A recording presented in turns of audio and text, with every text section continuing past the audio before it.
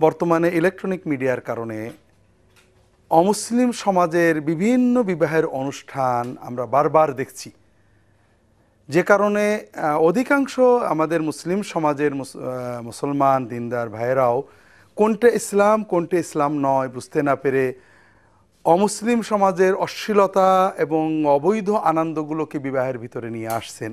এটা আমাদের জীবনকে কলুষিত করছে, আমাদের বিবাহকে বরকতহীন করে দিচ্ছে, আমাদের পরিবারগুলোকে নষ্ট করছে। তো প্রথমেই আমাদের বুঝতে হবে, ইসলাম বিবাহ উপলক্ষে আনন্দ করাকে উৎসাহ দিয়েছে। রাসূলুল্লাহ সাল্লাল্লাহু আলাইহি ওয়াসাল্লাম বিবাহের সময় আনন্দ করা, মেয়েরা মেয়ে মহলে নির্মল গীত গাওয়া, হাসি আনন্দ করা, মেয়েকে সাজানো ইত্যাদি, খাওয়া দাওয়া, এগুলোকে উৎসাহ দিয়েছে। কিন্তু এই আনন্দ, নির্মল আনন্দকে বাদ দিয়ে তথাকথিত গান বাজনা, অশ্লীলতা, বেহায়াপনা, নাচ ইত্যাদির ভিতরে যে আমরা একদিকে কঠিন পাপে লিপ্ত হচ্ছি, অকারণ পাপে, আরেকদিকে আমাদের নতুন দম্পতির পারিবারিক জীবনটাকে বরকতহীন করে দিচ্ছি। প্রথমেই যে বিষয়ে আপনি প্রশ্ন করেছেন সেটা হলো গায়ে হলুদ। গায়ে হলুদের কয়েকটা পর্যায় আছে। মেয়েদের জন্য হলুদ বা হলুদ জাতীয় কিছু মেয়ে মহলে পরিয়ে তার সৌন্দর্য বৃদ্ধি করে, এটা বৈধ। সময় হলুদ ব্যবহার করা, আর কোনো মেয়ে যদি মেয়েকে হলুদ মাখায়, এটা অবৈধ। তবে কোনো পুরুষের জন্য পাত্রপক্ষের পুরুষেরা এসে, বা এটা কঠিনতম হারাম। আর পুরুষের জন্য হলুদ জাতীয় কিছু, জাফরান জাতীয় কিছু গায়ে মাখাটাই রাসূলুল্লাহ সাল্লাল্লাহু আলাইহি ওয়াসাল্লাম কঠিনভাবে নিষেধ করেছেন।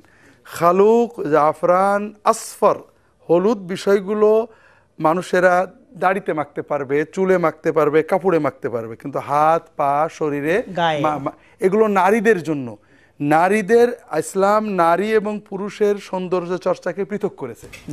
মেয়েদের জন্য হাতে পায়ে মেহেন্দি ব্যবহার করা, হলুদ মানে জাফরান ব্যবহার করা ইত্যাদিকে উৎসাহ দেওয়া হয়েছে। আর পুরুষদের জন্য মেহেন্দি, খেজাব, খালুক, হলুদ, আতর ইত্যাদিগুলো দাড়ি, চুল, কাপড় ইত্যাদিতে ব্যবহার করতে উৎসাহ দেওয়া হয়েছে, কিন্তু হাতে পায়ে ব্যবহার করতে নিষেধ, এবং গায়ে মেখে গোসল করা, জি এগুলো নিষেধ করা হয়েছে।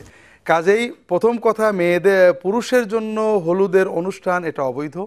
দ্বিতীয়ত, যদি কোনো মেয়ে বিবাহ উপলক্ষে কোনো নারী, ওই কনে পক্ষের মেয়ে বা ছেলে পক্ষের বেগানা মেয়ে যদি তার গায়ে হলুদ দেয়, এটা আরেকটা কঠিন হারাম অপরাধ, যেটা অশ্লীলতা, পর্দাহীনতা।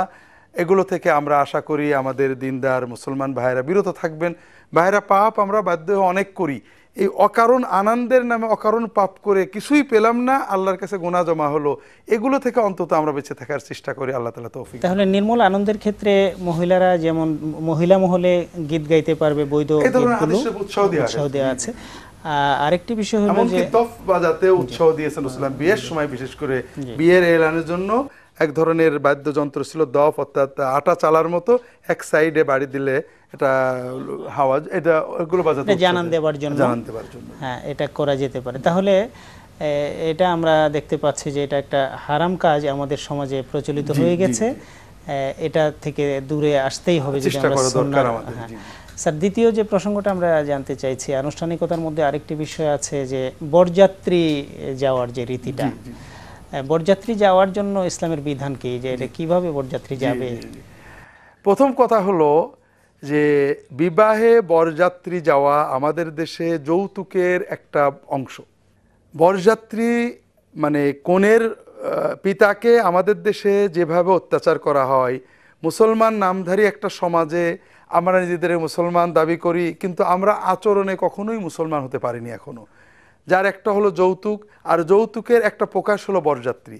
আমাদের ইসলামী বিবাহের ক্ষেত্রে মূলনীতিটা বুঝতে হবে, সেটা হলো যে পাত্রের জন্য ফরজ হলো তার স্ত্রীকে মোহর দেওয়া, এবং পাত্রের জন্য সুন্নত হলো অলিমা করে বন্ধু বান্ধব, আত্মীয় স্বজন, শ্বশুর শাশুড়িকে খাওয়ানো। পাত্রীর পিতার উপরে কোনো খরচ আল্লাহ দেননি, নির্ধারণ করেন। তার জন্য না কোনো মোহর আছে, না কোনো যৌতুক আছে, না কোনো খাওয়ানো আছে।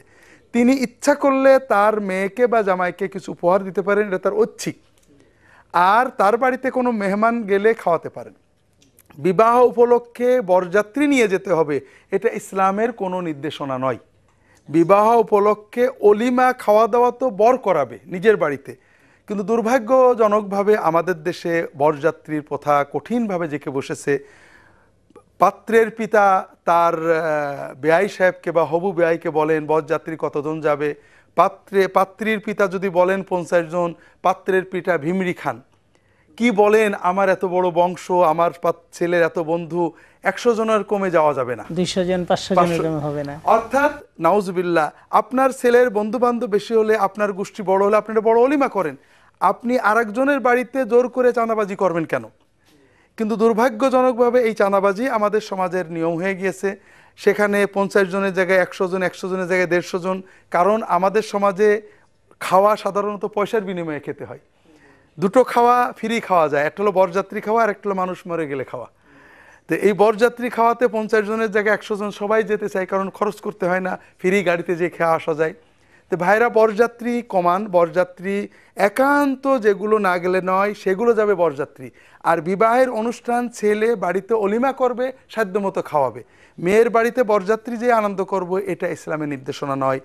পাত্রীর পিতার ইচ্ছার বাইরে যদি আমরা একজনও বরযাত্রী নিয়ে যাই তাহলে সেটা যৌতুকের ন্যায় হারাম অপরাধ হবে। আরেকটা এখানে আমি বলি যে আমাদের সমাজে অনেক এলাকাতে আছে যে ওই বরযাত্রী শুধু যায় না, বরযাত্রী মেনু কি হবে, চিটাগাংয়ে কি বলে আপনার ওই চাঁদা মাছ থাকতে হবে, অমুক অমুক আইটেম থাকতে হবে, তা না হলে পাত্রীর পিতার কোনো মূল্য থাকবে না। দুর্ভাগ্যজনক, আসলে বরযাত্রী যাওয়ার সিস্টেমটাই ইসলামে এরকমভাবে নেই। যদি কিছু সংখ্যক মানুষ যায় সংক্ষেপে, তাদেরকে পাত্রীর পিতা যা পারেন খাওয়াবেন, আমরা কোনো মেনু দিতে পারি না। সামাজিক আনন্দ, বিবাহত মুআমালাত জাগতিক, সামাজিক আনন্দর ক্ষেত্রে যতক্ষণ না শরীয়ত বিরোধী কিছু আসবে বৈধ। বিবাহে আনন্দ রাসূল বৈধ করেছেন, কাজেই বিবাহে গেট বানিয়েছে, হাসি আনন্দের ভিতরে যদি গেট ধরাধরি হয় আশা করি অবৈধ হবে না। কিন্তু বেপরদা থাকলে, বার্গেনিং থাকলে, অথবা এটার মাধ্যমে যে অপ্রীতিকর পরিবেশ তৈরি হয়, এটা বিভিন্ন জায়গায় ঘটে। এজন্য আমরা অনুরোধ করব যে গেট বানিয়েছেন সম্মান করতে, সেখানে আবার টাকা নিলে তো আরও সেটা নিচতা হয়ে গেল। এই জন্য এগুলোর ভিতরে না যে আমরা বরযাত্রী কম করি। আমি যেটা বলতে চাচ্ছিলাম আপনি বলতে দেননি, সেটা হলো বরযাত্রী যাওয়া পাত্রীর পিতার ইচ্ছার বাইরে এটা যৌতুক হারাম। তার বাড়িতে জোর করে খাওয়া এটা জঘন্যতম চাঁদাবাজি। তার উপরে কোনো মেনু চাপিয়ে দেওয়া এটা কেমন, যেমন আপনি একজনের অস্ত্র নিয়ে বন্দুক নিয়ে যেয়ে বললেন যে চাচা আপনার বাড়িতে মেহমান তাড়াতাড়ি ছাগল জবাই করেন, এটা যেমন আপনি চাঁদাবাজি করলেন বন্দুক দেখিয়ে, কঠিন হারাম, একই রকমের হারাম। আমরা আশা করি এই বরযাত্রী যাওয়ার এই কঠিন হারাম, বরযাত্রী যাওয়াটা মূলত হারাম নয়, বরযাত্রী যাওয়ার মাধ্যমে যে অনেক হারাম আমরা করছি এগুলো থেকে আমরা আত্মরক্ষা করব হবে। তো ইজাব কবুলের ক্ষেত্রেও আমাদের সমাজে আমরা লক্ষ্য করছি যে মেয়ের কাছে ছেলে পক্ষের অনেকে যাবে, যে তাকে একজন আলেম সাহেব বলবে যে অমুকের ছেলে অত টাকা দেন, মোহরে আপনাকে বিবাহের প্রস্তাব দিয়েছে, আপনি রাজি আছেন কিনা। তখন তিনি ওখান থেকে বলবেন কবুল, না বলা পর্যন্ত তাকে বলতে থাকবে যদি কবুল বলো বলো ইত্যাদি। এই যে সিস্টেমগুলো, এগুলো কি আসলে নবীজির সুন্নাহ বা সাহাবায়ে কেরামের বিবাহ শাদীতে এগুলো হতো কিনা?